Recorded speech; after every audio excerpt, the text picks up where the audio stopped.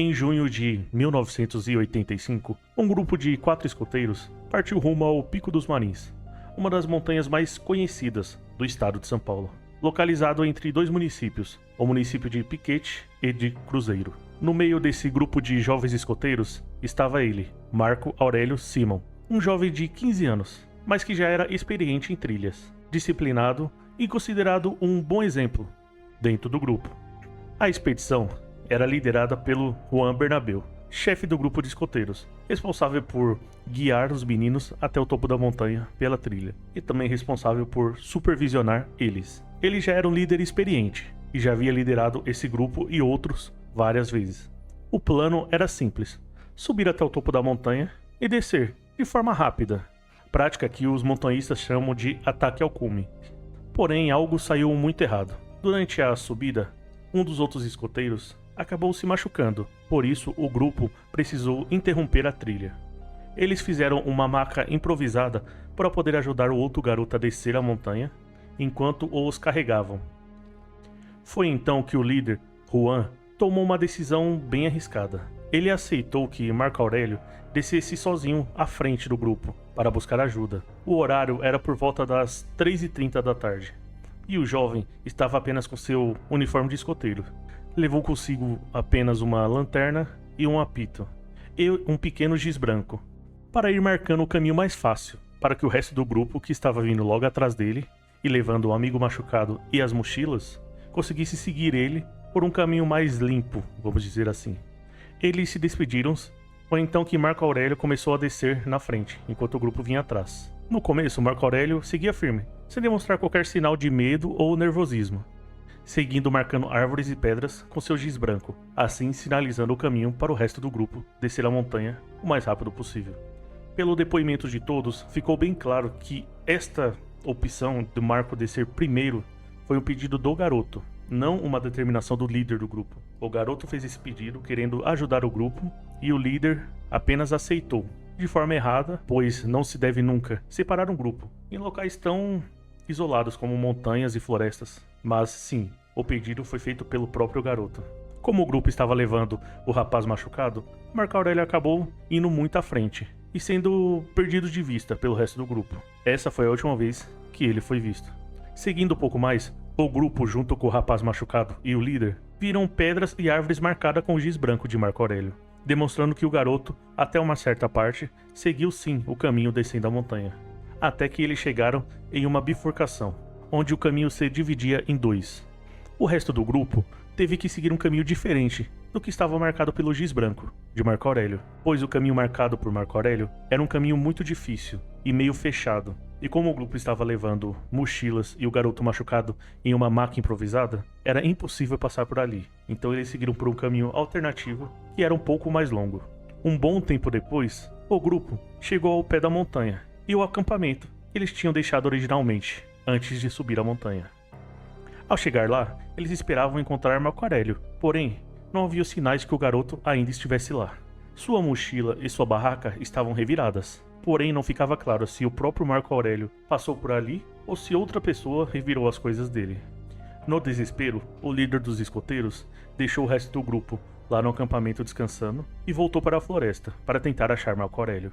Ele ficou um bom tempo na floresta, cerca de 4 horas, procurando o garoto, porém, nenhum sinal dele. Depois disso, ele voltou novamente ao acampamento. Muito cansado, o líder deitou e foi descansar.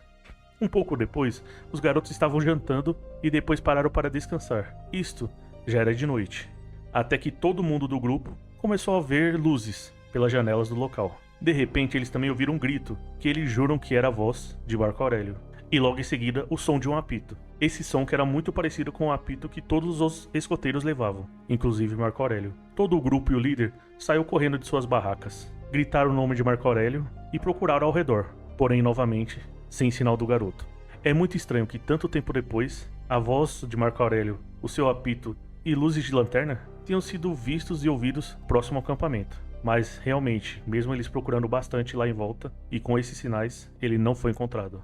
A impressão que dá é que Marco Aurélio tentou pedir ajuda de alguma forma, porém novamente em seguida alguém ou alguma coisa novamente o capturou, o levando embora de lá.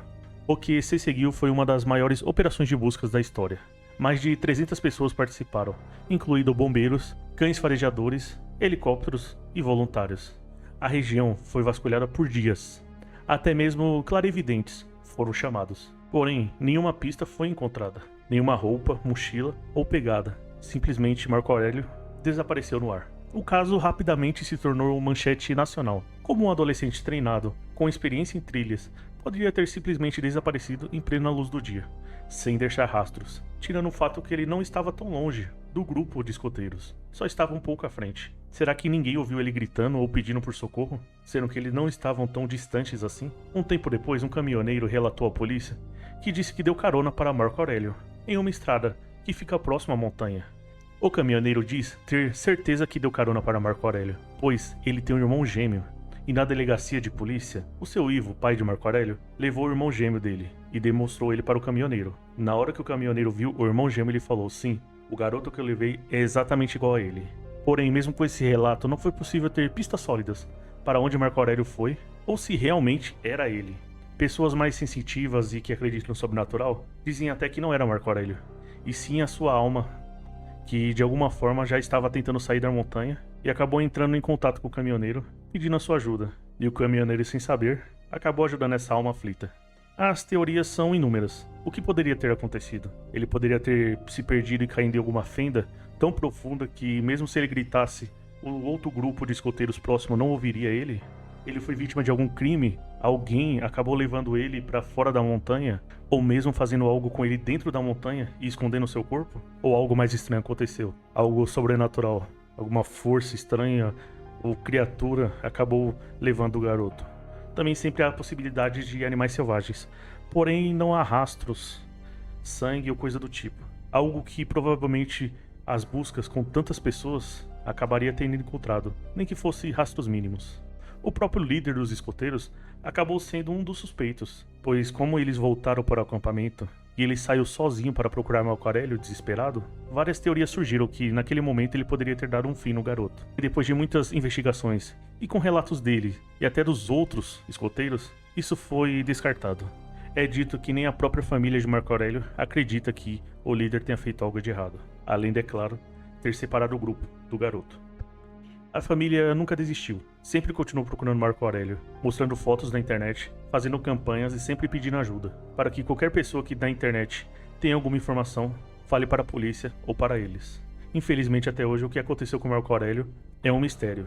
Não se sabe exatamente o que aconteceu com o garoto naquela montanha, como ele desapareceu no ar sem deixar rastros. Como foi dito, Marco Aurélio tem um irmão gêmeo, o que facilitaria que se ele tivesse aparecido em algum lugar do Brasil, ele pudesse ser reconhecido, já que ele teria a mesma aparência de seu irmão gêmeo. Porém, até hoje, não houve pistas claras, e Marco Aurélio permanece desaparecido.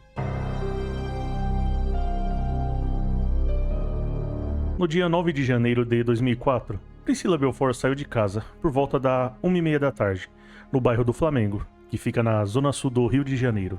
Ela havia dito para sua mãe que iria no centro da cidade entregar um currículo em uma agência de emprego. Ela vestia blusa branca e calça jeans. Ela também estava de sandália e carregava consigo uma bolsa preta. Parecia mais um dia normal para Priscila, então com 29 anos de idade. Estava tranquila, agia com naturalidade e deixou a sua casa, como já fez inúmeras vezes. Porém, o que a sua família não sabia é que seria a última vez que Priscila seria vista. Depois disso, ela nunca mais foi encontrada. Nenhum contato, nenhum pedido de ajuda, nem mesmo testemunhas que a tenha visto depois daquele momento. A família logo estranhou a sua ausência. Priscila era uma jovem bem calma, estudante de psicologia e sem histórico de problemas. E nunca demonstrou qualquer vontade ou indícios de que queria sumir por vontade própria, pois tinha uma vida e uma família bem unida e bem harmoniosa. Os dias passaram e nenhuma pista concreta apareceu, nenhum sinal de violência, nenhum objeto abandonado encontrado por alguém, nenhum avistamento da garota em algum lugar, e também nenhum pedido de resgate por parte de algum criminoso ou algo do tipo. Na época, um detalhe que chama a atenção pela mídia é que Priscila era irmã do lutador de MMA, Vitor Belfort. Usando a sua fama e sendo bem conhecido pela mídia, Vitor fez o que um bom irmão faria. Usou todos os meios para tentar encontrar Priscila. Ele estampou o rosto de sua irmã em outdoors pela cidade, camisetas, até propaganda na TV procurando ela. Fez apelo pessoalmente à polícia e a emissoras de televisões, assim como jornalistas. Contratou investigadores particulares e chegou até a oferecer recompensa para quem falasse alguma pista que levasse até Priscila. Porém, apesar de todo esse esforço, nenhuma resposta surgiu. Um suposto informante chegou a relatar que Priscila teria sido sequestrada por traficantes, mas essa história nunca conseguiu ser confirmada pela polícia. E mais uma vez confirmando, nenhum resgate foi pedido, nem para as autoridades e nem para a família. E com o tempo, infelizmente o caso esfriou. A dor, no entanto, permanece. Inclusive, algo particular é que hoje mesmo, quando eu fui no mercado comprar algumas coisas, na caixa de leite tinha a foto desaparecida da Priscila, como se ela estivesse hoje, feita aquela progressão de idade, mostrando como ela estaria com a idade que tem hoje, mostrando que esse caso ainda é investigado e o pessoal ainda procura por Priscila. Inclusive também, até onde eu vi, vai sair algo sobre esse caso na Netflix, né? Que vai ajudar a dar ainda mais visibilidade para o caso. O que aconteceu com Priscila Belfort naquela tarde comum de janeiro?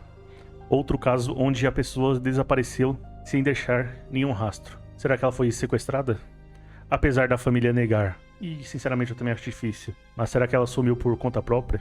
Será que foi um crime de oportunidade? Algum bandido viu ela de alguma forma vulnerável e decidiu agir? Mesmo que não tivesse intenção antes? Infelizmente esse caso até hoje não tem resposta. E Priscila, apesar dos esforços de seu irmão e da mídia e da família que continuam procurando ela até hoje, permanece sem solução e ela permanece desaparecida.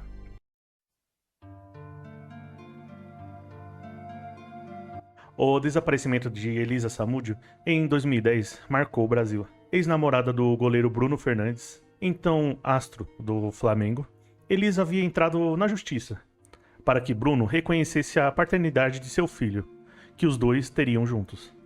Ela também chegou a relatar à polícia que sofreu ameaças e até uma tentativa de forçá-la a retirar a criança. No início de junho, Elisa foi vista pela última vez, um pouco antes, onde teria sido atraída para um sítio de Bruno.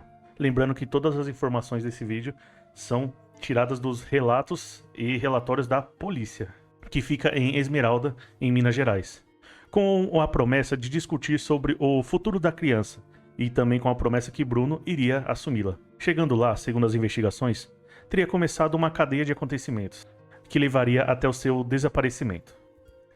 3 pessoas principais teriam participado diretamente disso: Luiz Henrique Ferreira, conhecido como Macarrão, braço direito de Bruno; Sérgio Rosa Salles, primo do goleiro; e Marcos Aparecido Santos, conhecido como Bola, ex-policial militar, porém com um histórico de envolvimento em várias coisas erradas.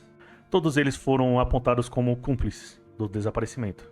De acordo com a versão apresentada pelos autores, Macarrão teria levado Elisa até Minas, enquanto Bola teria sido responsável pela execução do plano na hora. Eles teriam mantido Elisa em cárcere privado por algum tempo, onde ela chegou a ser agredida algumas vezes. Até que então, um tempo depois, eles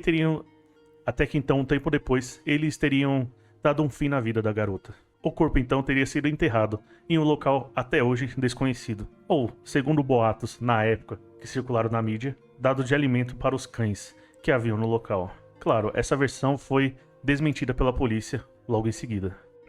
Um adolescente, primo de Bruno, disse à polícia que Elisa foi morta e enterrada, mas nunca conseguiu apontar com precisão o local. Apesar das condenações de Bruno, Macarrão e Bola, o principal mistério permanece: onde estaria o corpo de Elisa? Mais de uma década depois, a pergunta continua sem respostas. O que realmente aconteceu com Elisa? E onde estaria o seu corpo? Porque, mesmo depois de todos esses serem condenados, eles se recusam a dar informação que poderia dar um mínimo de paz para a família e amigos da vítima. Ter o corpo de um ente querido para poder fazer um enterro digno é algo que traz um mínimo de paz para os seus parentes. Esse é um caso em que temos que reconhecer que a Justiça do Brasil fez sim um bom trabalho, pois uma condenação sem corpo é algo que é bem difícil. E nesse caso, eles conseguiram sim fazer alguma justiça mínima, com base em depoimentos e outras provas. Mesmo sem o corpo, eles sim conseguiram condenações. Algo que trouxe um mínimo de alívio para a família. Porém, o grande mistério desse caso permanece: o que foi feito do corpo de Elisa Samúdio? O seu destino, infelizmente, já foi selado. Ao que tudo indica, é quase 100% de certeza que sim, ela perdeu sua vida. Porém, mesmo com seus executores presos e condenados, o seu corpo nunca foi encontrado.